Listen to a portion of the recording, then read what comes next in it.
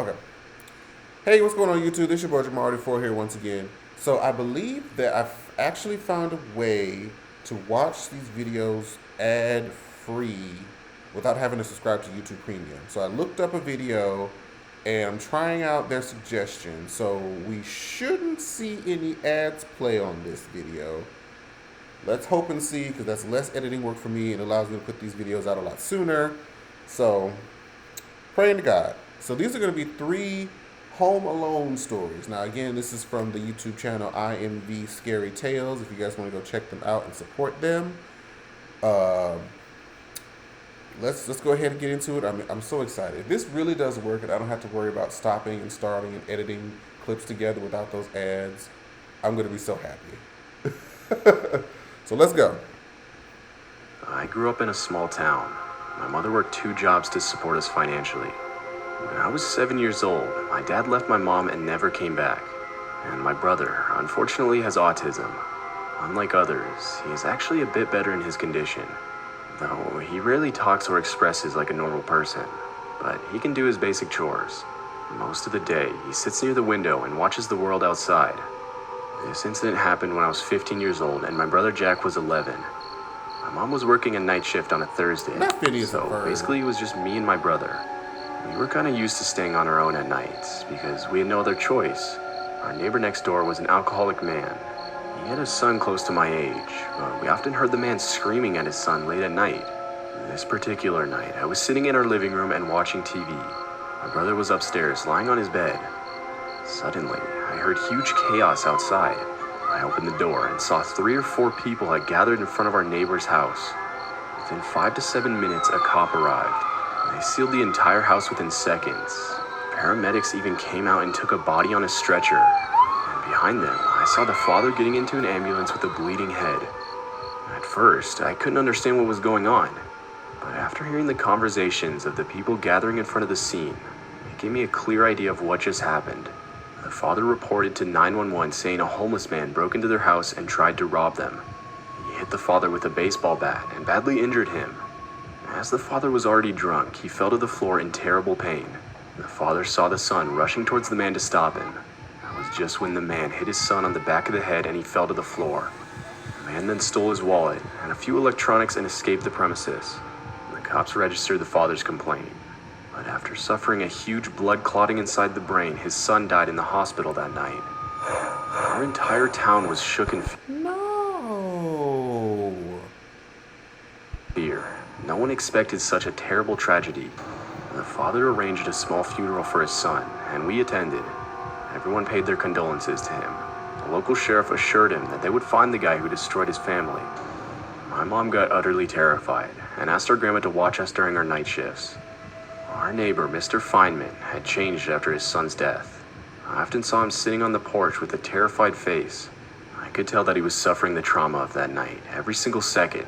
I mean, no doubt it would have been horrifying to watch your son dying on the floor at the hands of an intruder and not being able to do anything.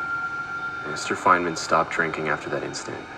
He pleaded with the sheriff to let him move out as he was traumatized to live in that house, but the ongoing investigation compelled him to stay back. About a week after the incident, I started to notice some weird behavior in my brother.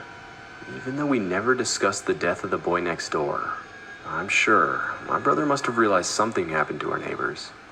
One day, I was doing my schoolwork sitting in the living room. It was a boring, rainy afternoon.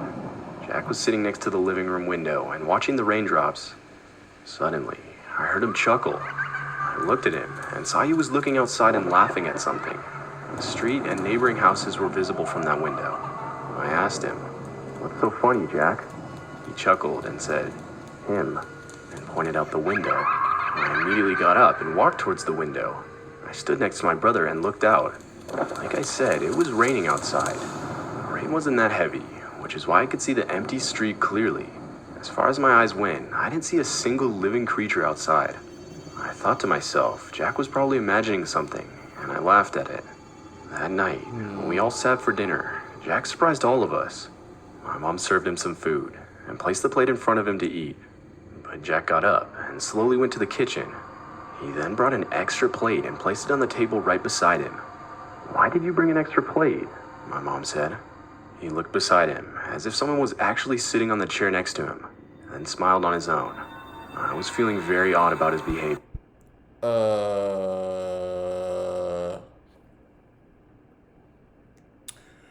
okay. Now, thus far, there was supposed to be an ad playing right here, but it didn't play. I think we got it, girls. I think we got it. Okay. Um, I mean, your brother's autistic. Autistic people making imaginary friends isn't uncommon. I think it's just the fact that it's just been paired with this sudden death of this boy is kind of making this a little bit more eerie. So, let's see. I said, Jack, Mom is asking you something. He then looked at our mom and said, He's hungry, Mom. Serve him too, he's hungry. My mom and I were absolutely stunned by Jack's behavior.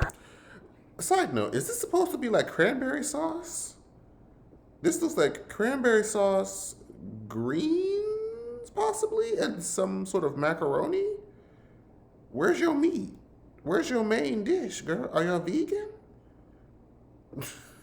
My mom replied in a low, calm voice, Who is he? Jack chuckled and said, My friend, William. We just thought that like every normal kid, Jack had an imaginary friend. So that night we didn't react to his sudden weird behavior, as he seemed happy, so we decided to play along with this. Jack often talked and smiled on his own. Whenever someone asked, he said he was talking to his friend William. Things never took a different turn, so Jack's behavior never worried me that way. That was until one night. I woke up in my room and heard footsteps going down the stairs.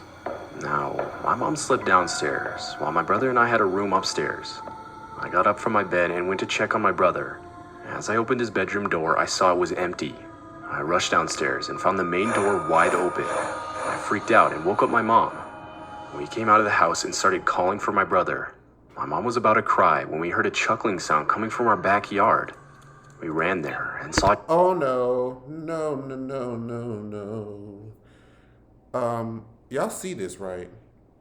Y'all see this man's eyes are red. Has he been banging his head against the wall? Oh no, Jesus. Jack standing under a tree. He was facing his back at us. I said in a broken voice, Jackie, are you all right? He suddenly turned towards us. I've never seen my brother like this. His eyes were blood red and his face was filled with pain. He said in a rough voice, He's buried here, and then fainted on the ground. My brother caught a high fever the next morning. We called many doctors, but no one could tell exactly what was wrong with him. My mom became tense and worried. She hardly slept at night. One night, I saw my mom talking to our town's sheriff standing at the doorway. After the sheriff left, I asked my mom what he was saying. My mom replied that the sheriff was going to close the next-door neighbor's case file. They investigated a lot, but couldn't get a hold of the intruder who broke into their house that night. Suddenly, my eyes widened. I asked my mom, Mom, what was the name of Mr. Feynman's son? She replied, I think it was William. Why do you ask? My head started to throb in fear. Is this possible? All this time, the imaginary friend my brother was talking about was none other than our neighbor's dead son. I rushed to Jack's room. He was muttering something in his sleep. I got close to him and said, Jack, is William right here with you now? You're just gonna have to trust me. I am not making this up at all. My brother suddenly opened his eyes and looked at the corner of the room. As I followed his eyes, my heart sunk in fear. A teenage boy was standing in the darkness of the corner of the room. His eyes were pale white with small pupils gushing out of them. His face was particularly visible as his entire body was in the darkness. Dried blood spots were visible on his left cheek and forehead. He then looked at me and my brother. Jackie got out of his bed slowly. He then started to walk out of the room. I followed him downstairs. My mom was sitting in the living room. Suddenly seeing Jack walking on his own amidst this fever, she rushed to him. But before she could do anything else, I stopped her and told her everything. My mom and I came out of the house following Jack. Jack walked towards the backyard and stopped right in front of the tree. This tree was standing in the middle of our backyard and the backyard of our neighbor, Mr. Feynman. Jack then pointed towards the ground beneath the tree and said, Dig here, and then fainted to the ground. Without wasting a single second, I told my mom to call our sheriff. Okay, is the ghost trying to tell him something? Wait. Are they trying to make it seem like it was the dad actually killed his son and that it wasn't an actual robber? Is that what that was? I think that's what this is trying to be. Hold on, let's see. She did right away. He came with 3 other police officers. People in our neighborhood gathered in our backyard out of curiosity. In front of everyone, the cops dug under the tree. And what they found still disturbs me to this day. They found a bloody baseball bat wrapped in a bloody cloth buried under the tree. And the mystery unfolded, shocking our town once again. Mr. Feynman murdered his own son out of a fit of drunkenness. But to save himself from the law, he decided to make up the entire story of the robbery. He injured himself, willing to make the situation more believable, and even secretly buried the murder weapon. Without the murder weapon, no cops would have ever caught this man. That must have been why he wanted to move out so bad. The cops arrested him that day and took him into custody. Surprisingly, my brother Jack got completely better the very next day. We still live in that house, and I believe William has finally been able to rest in peace. What? Me and my family just... Girl, that was dark. But this is so much better without ads. Thank you, Jesus. Okay. Oh, girl, okay, let's get into the next one, child. recently moved to our new house. My dad bought it in an auction. The house was actually better than any of the previous ones we had lived in. It had a big pool in the backside, and a small garden beside the pool, too. There was a big tree in the garden which grew scented yellow flowers. The backside is probably the only reason why I agreed to move into the house. The house was also close to my school, hence my parents were happy about the safety measures. Both of my parents traveled a lot, so I got accustomed to staying alone in the house from quite a young age. We had tight securities and alarms all around this new house too. There was no way anyone could break in without setting off the alarm, so I had nothing to worry about. At the back of the house, there stood an old 3-story apartment. I would always see people on the first and second floor, but the third floor, it felt like no one stayed there. The third story's bedroom windows faced directly at the backside of our house. It was a calm and quiet place, so I kind of liked chilling in my house while my parents were on tour. One weekend, my parents were off to visit my sick aunt in LA. I stayed back home like usual. It was a Saturday night, and all my friends wanted to hang out at one of my other friends' house. I promised my parents not to stay out late, so after a couple of beers, I came back home. It was 9 p.m., and I wasn't feeling sleepy at all. I went upstairs and got in my bathing suit to go for a swim in the pool. It was a hot summer night. I poured myself a glass of fresh orange juice and put on some music. I swam for some time. I'm not doing no night swims by myself. I don't care what part of the city I'm in. I just feel, especially if I'm home alone, something about like, it's kind of like how when I'm taking a shower, and I don't know if I'm the only one that feels like this, but sometimes when it's nighttime and I had to take a shower and go somewhere, like I feel vulnerable, as if now is going to be the time that somebody tries to come get me. Now, or like when I'm trying to wash my face and it's like whenever you're blind or you can't really see nothing and you start hearing shit, you get paranoid. That's me. And then I drank my juice lying on my pool raft. I must have fallen asleep. I heard a noise and I woke up. The backside of the apartment was all empty. No one was around. Just then, my eyes went to the third-floor window of the nearby building. A frail old woman was standing in front of the window looking directly at me. Her eyes were so big that her stare kind of freaked me out. I didn't say anything and looked at my watch. It was around 10 p.m. I just continued to lie on my raft. What? Bitch, if you just saw a spooky lady staring at you and you just go stay in the same spot, girl, I don't understand it. To think that you would leave on her own.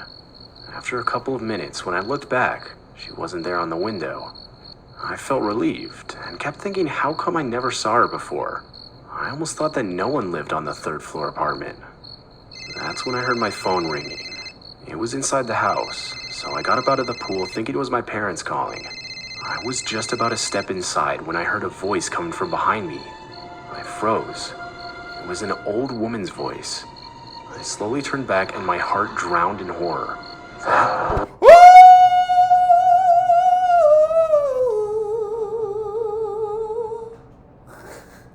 Why is she Why does she look? Okay. What is going on? Old, creepy woman was standing right behind me. There was no way she could have gotten in my backyard without breaking in. Her wide, cold death stare made my legs numb. I literally couldn't walk away, even though I wanted to so badly. I spoke in a broken voice. "Ma'am, how did you get inside?" She slightly opened her toothless mouth and said, "Isabel, you're still here? Run away now or your husband will come and bury you there." She then What? lifted her weak, lean hand and pointed towards the tree in our garden with her long, creepy fingers. My blood turned to ice. I replied in a shaky voice, "What are you saying?" She didn't answer. She just kept staring at the tree and then back to my face. Her mouth opened and her eyes widened. It was such a horrible sight. Suddenly, my phone again rang and I ran towards my room frantically this time. I got inside my room and locked it. Did you close the window? Did you just leave your house open? What? It's my dad. I answered the phone and stood sobbing terribly. My dad got all freaked out and called 911 on my behalf. The cops came after 10 minutes, and I told them an old, crazy lady from the nearby apartment entered our backyard and said some very bizarre things to me.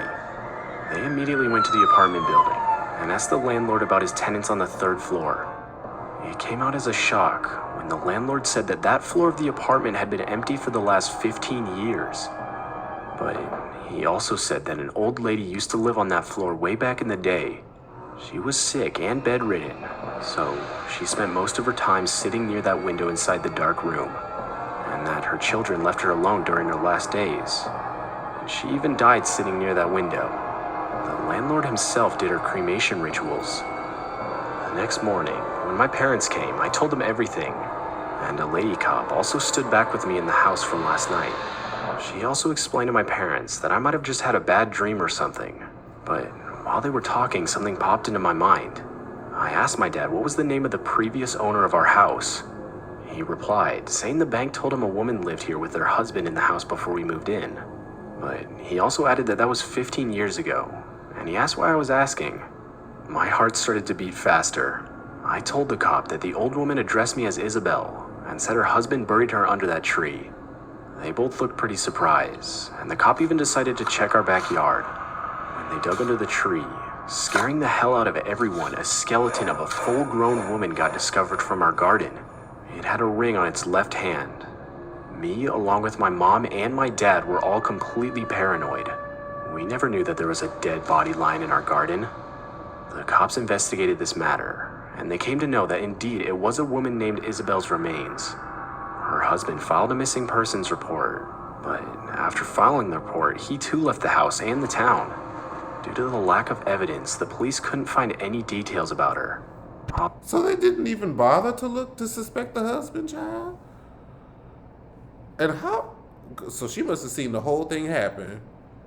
Girl, I mean, I guess secretly she was a hero to finally uncover the mystery of her murder, but still. Also, no one came to interrogate him about her. Her autopsy report signified that she was murdered by a serious injury made by a blunt object on the back of the head. The cops instantly suspected it was her husband who murdered her and had buried her under that tree. And to this day, they're still searching for her husband. I am almost positive that that old lady saw this entire incident from her room's window, but couldn't tell anyone. Even though people find it hard to believe, I think she came back to tell me about it. And I believe it was her ghost that I saw that night. But the question that kept eating my mind was, why me? But this too got answered when the cops published Isabel's picture in the local newspaper, stating about the gruesome case. My parents are still in deep shock. I have no idea what to say. Isabel looks exactly like me. Or should I say I look exactly like her? We're still living in the same house to this day, but I haven't seen that old lady ever again. Girl. This happened amidst the 2020 lockdown. I used to work in a publishing house as a graphic designer, and my office instructed most of the employees to start working from home. I live alone in a small house. The place I live in is known for its quiet and safe environment. At least that's what I used to think. It was a hot summer night. I was going through tremendous work pressure. It was a tight deadline. My house has a moderately sized living room with an open kitchen area. My bedroom is upstairs, and there's a guest bedroom beside it, which I actually turned into my workplace. My boyfriend and I planned to move in together, hence we rented this house. But before we could officially move in there, the coronavirus outbreak took place, and I was compelled to live alone in that house. Beside my house, there was another house. A middle-aged married couple lived in it. They were always fighting and arguing, though. I could hear the woman scream at her husband every night. Even though pretty much everyone was annoyed with this family, no one ever dared to confront them. I was just hoping everyone wanted to stay out of the fights just like me, but avoiding trouble is obviously not the way to solve it. It was a Saturday night, and I was talking to my boyfriend sitting in my living room. We were obviously upset about not being able to see each other. The weather outside was cloudy in the afternoon, and a thunderstorm was going on outside now. I was pretty surprised to see how awfully quiet the neighboring couple was. I mean, usually they start yelling at each other in the afternoon, but that day there was pin drop silence. I finished the call with my boyfriend, and then went to the kitchen to prepare dinner. Within 5 minutes, the rain picked up, and it started to get really heavy. This sudden strike of lightning spooked me a bit. I was chopping vegetables, and the power even went out. Oh, bitch. Alone in a new house amidst a thunderstorm was enough to unsettle my mind. And now with the power cut, I was pretty disturbed if I'm being honest. I lit up a candle, and started to search for more just when I heard a knock on my door. I was thinking whether I should open the door or not, just when another huge lightning struck nearby, almost making my ears numb. I walked close to the door and said in a hesitated voice, "Who is it?" You shouldn't have said shit. You should not have said shit. No one replied, but again I heard the knocks. I said in a loud voice, "Who are you?" The man replied in a panicked voice, Ma'am, I live next door. My wife is not feeling well. Can you please open the door?" I recognized the man. No. What that got to do with me? and you the one that be screaming at her anyway. She probably not feeling well because of your motherfucking ass. So, no, sir. Voice. I've heard that same man's voice screaming at his wife several times. I opened the door and flashed. Why did you open the door? Why? Why? Why did you open the door?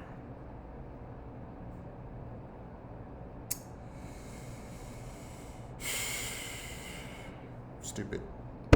Of lightning made me see his face. The dude was literally sweating. I could tell from his face that something serious had happened. I asked in a worried voice, "What happened?"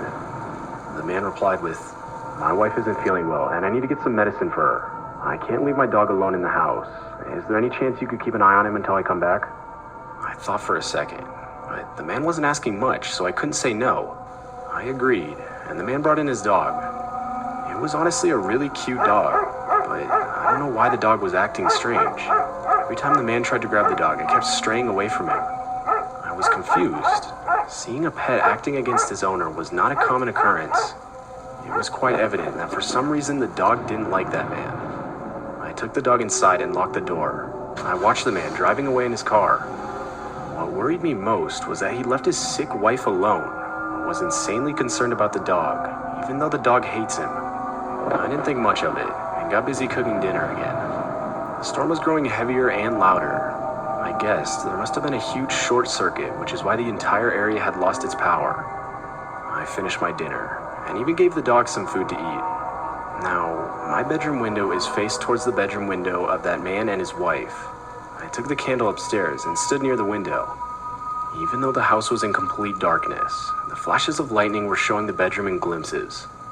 I could see their bed, and that someone was lying on it. I thought it was his wife, and was probably just sleeping. My sense of curiosity has always been quite low. What? Okay, so here's what happened. The dog must have witnessed the murder, and he said, "Well, I need you to take this dog, and I'm gonna go get some medicine." When he actually just skipped town after killing his wife. That's what happened. Low. So I just went to bed and gave the dog a place to sleep beside it. I don't exactly remember what time it was, but I woke up hearing a strange sound. I got up on my bed and went to the window, and that's when I saw two people standing in the bedroom of my neighboring house. The storm had stopped by now, but the power hadn't come back on yet.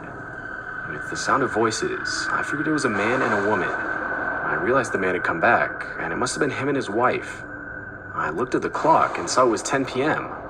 I was leaving early the next day to meet my boyfriend. That's what we planned that evening, so I thought it would be easier if I just returned the dog right then. I was about to go wake up the dog, just when I saw something weird happen in the couple's bedroom. The man and the woman were carrying a third person out of the room. I got closer to the glass just at... Oh no. Did he kill his wife and his mistress is carrying out the body? Him and his mistress carrying out his wife's body? a clear look, and just then the power came back on, causing the room's lights to flick on. That's when my stomach dropped in fear. I saw the man was indeed the husband, but the woman he was talking to was not his wife. It was a completely unknown woman I'd never seen before, and both of them were carrying a person on their shoulders. I could easily make out that third person was that man's wife. Her throat was slashed badly, but her blood had dried. It was evident from the look of her body that she had been dead for hours now. They didn't see me watching them, but suddenly the dog barked and the man started looking straight at me. Our eyes met, and he rushed out of the house at that moment. I didn't know what to do, but out of fear and panic, I too ran downstairs. I knew this man had realized that I now knew his secret. I knew that if this man caught me, there was no way I was getting out of this situation alive. I was a witness of his wife's dead body. I got to the main door and heard the man banging on it. Girl, get you a blunt object, get you a weapon, a knife, skewer, hell, a spatula or something, bitch. Call the police. He said in a loud but panicked voice, "Ma'am, I just came to get my dog. My friend is here to help me take my wife to the hospital. We might stay there for a while, so I would appreciate it if you open the door and return my dog to me." Baby, listen. Let me tell you what's about to happen. Do you have like a back door? I'll be like, look, sir, I just put your dog outside in the back door. Go get him there. Because I'm not opening this door in front of you. I'll even drop your dog from the second story window and you catch it. But I'm not opening this window or this door. I was positive whatever he was telling me was a lie. All he wants now is for me to open the door so he can silence me like his wife. I responded, telling him I was going to call the cops, and I knew the whole situation. The man banged on my door even harder and replied, "You're misunderstanding the situation. Why don't you just return my dog and mind your own business? Open this door right now." I double locked my door so that the man couldn't enter. I then dialed 911 and reported the incident. I was panicking, but as soon as I hung up the call, I heard footsteps running away. Out of my window, I saw the man and the woman hopping in the car and driving away at high speed. When the cops came, they were nowhere to be found, but they did discover the wife's dead body laying on the bedroom floor. The entire story unfolded while the cops investigated the matter. The man was having an affair with the woman I saw that night. They planned to murder his wife and vanish her body without anyone's knowledge. That was why the man made up the story about his wife being sick. He must have wanted to use me as an alibi for going out of his house that night. The man planned to come back during midnight and quietly get rid of his wife's body. He would have then had to come to me to get his dog back and say something like his wife left him or something. And after generating that idea in my mind, that he had no knowledge of his wife's whereabouts, he would have moved out. In this period of lockdown, people would have hardly gone out of their houses looking for them. The man would have been successful in his plan if he didn't care about his dog so much. My boyfriend finally moved into the house the next day. It was honestly terrifying to stay in the house next door to where your neighbor had been murdered. The cops are still searching for them to this day, and I can only pray that they get caught soon.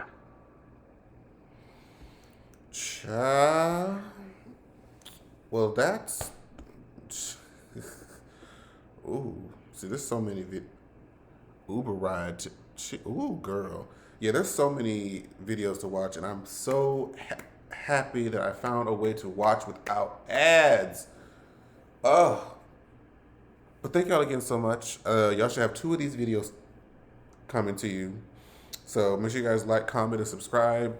Share the videos to people that you think would enjoy these animated horror story series as well. I would love to see the viewership and engagement for these videos go up. And yeah, I guess I'll see you guys next time. Bye-bye.